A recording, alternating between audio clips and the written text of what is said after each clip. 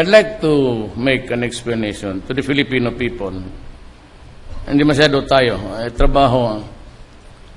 You know, there is a problem.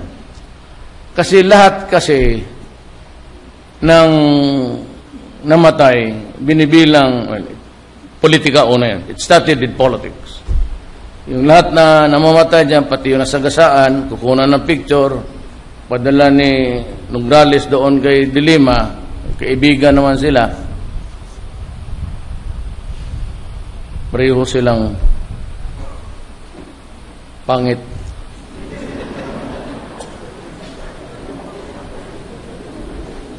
So, Dilima kept on hammering on me, due process, extrajudicial killing.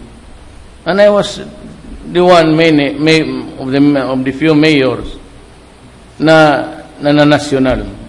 And only because I was a criminal killing a criminal. Ngayon, naging presidente ako. Bakit maraming patay?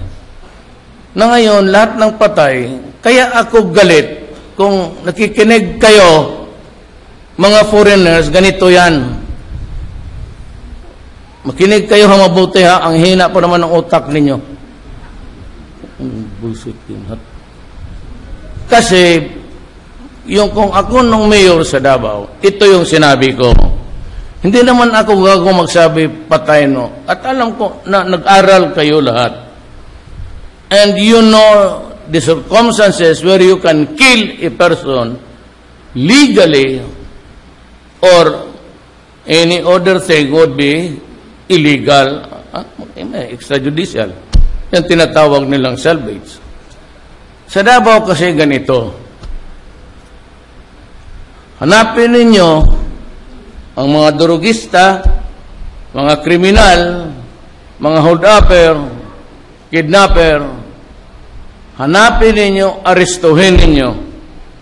Pag ayaw mag-surrender at lumaban, and they present a violent resistance, and if you think that life, your life as an arresting officer in danger, shoot them dead. Period. That is the order until now sa inyo.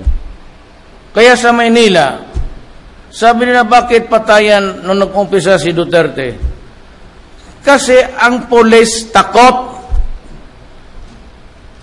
Alam ko, 23 years ako, ang polis pag nadimanda, on the day na, alam mo, ang mga abogado, ganyan, abogado ako eh, pag demanda ka ng polis, mag-counter charges. At minsan, yung hearing sa polis, yung dinimanda niyang kriminal, na iwit, last to be heard, yung demanda ng kriminal sa kanya na una, and he gets suspended, and that day, pero mga officer, after 2 years, but that day, wala ng trabaho, wala ng pagkain, wala ng... Hindi na intindihan ng mga loko-loko eh. Kaya ang mga pulis takot. Nung ako nang na presidente, sinabi ko, go out. Ano niya ako?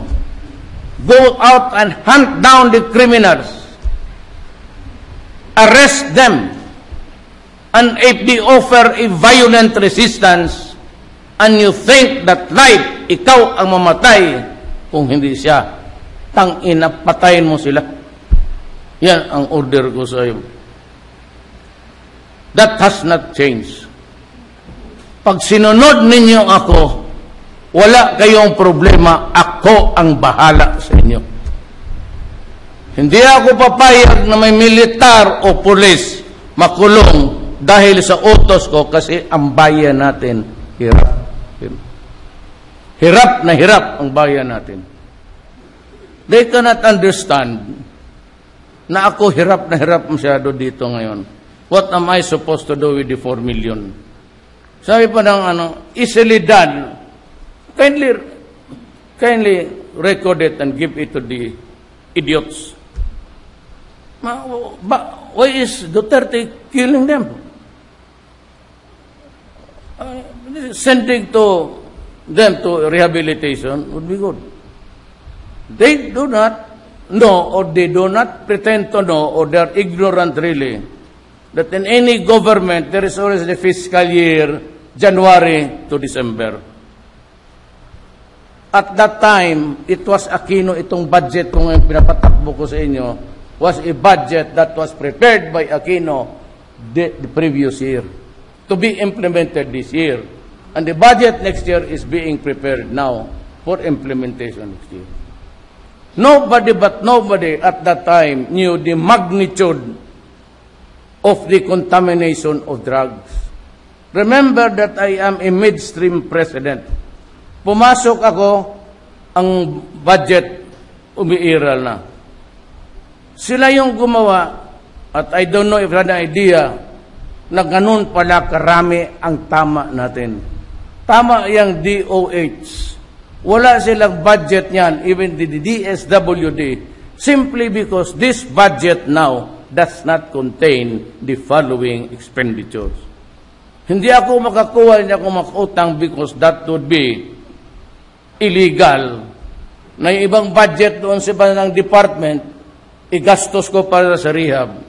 Because that would be just like stealing from Peter to pay Paul. Ika nga sa idiom. Hindi naintindihan nila, daldal ng daldal. Ngayon, hinintay ko lang.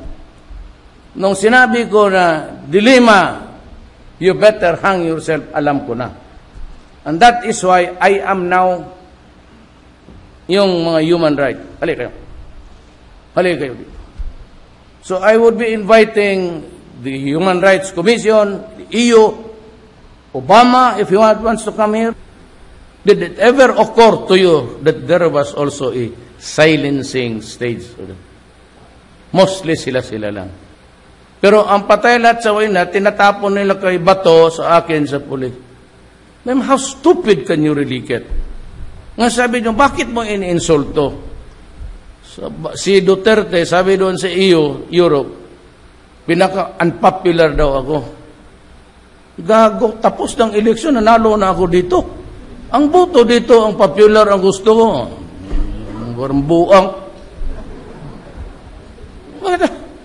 Unpopular ako. So, tapos naman ang eleksyon. 6 million na ang margin eh. Tapos hindi daw ako statesman. Excuse me? Hindi raw ako statesman. Ang pagkaalam ko, tumakbo ako ng presidente. Wala mang posisyong statesman doon sa amin. Bakit naman ako pilitin maging statesman? Madumero ang bunga ako. Eh kasi tarantado kayo. You know, you get a retort to me that's really bullshit. Because you yourself are bullshitting us.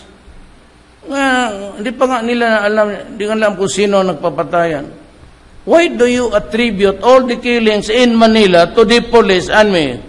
When as a matter of fact, you know that they were gangsters, including police generals. Di yung unang birada, di binabalot ng plaster.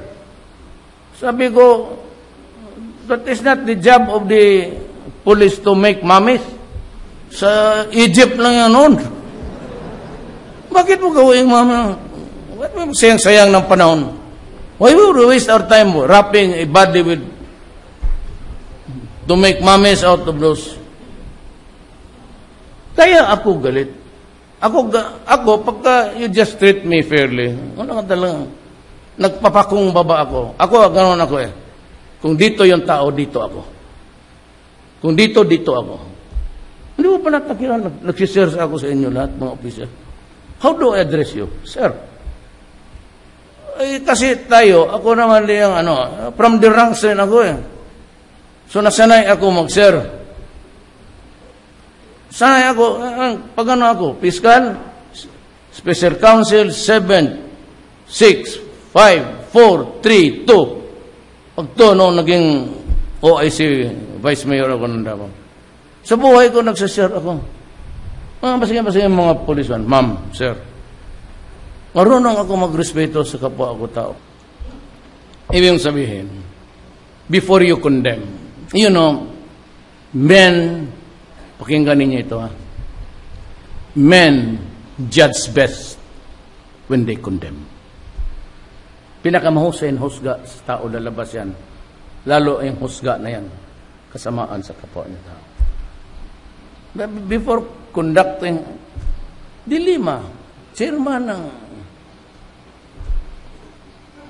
Human Rights, si Rador, wala mang pinail isa, sige yaw-yaw sa akin. Ayoko naman siyang patulan kasi pangit siya. Baka patulan ko, tapos, sige, mag-usap tayo, Mayor. Na. Tapos, saan, ma'am?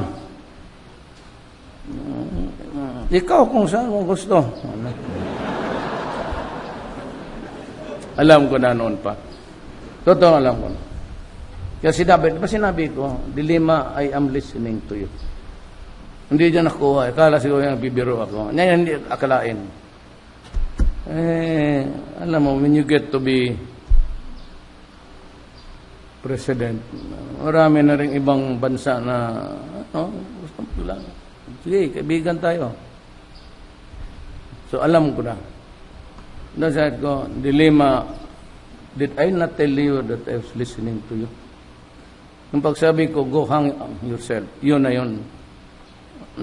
Dumaan na sa kamay ko. Pero hindi ako ang sabi ko, hayaan ko sila bit Aguirre. Sige. Siya yun. So, ganito yan. Sabi ko sa mga opisyal ninyo, be careful. Kayo na sa likod, mapoproblema kayo nito. Hindi naman masyado. Narco-politics has entered the Philippine democracy. Bantay kayo dyan. Kaya ako hindi pumayag na mag-eleksyon ngayon. Kasi yung mga mayor, gobyerno na sabit, they will still have the money to spend and be in power. Pag hindi mo na if we cannot destroy the apparatus now, tayo, the next generation will be compromised.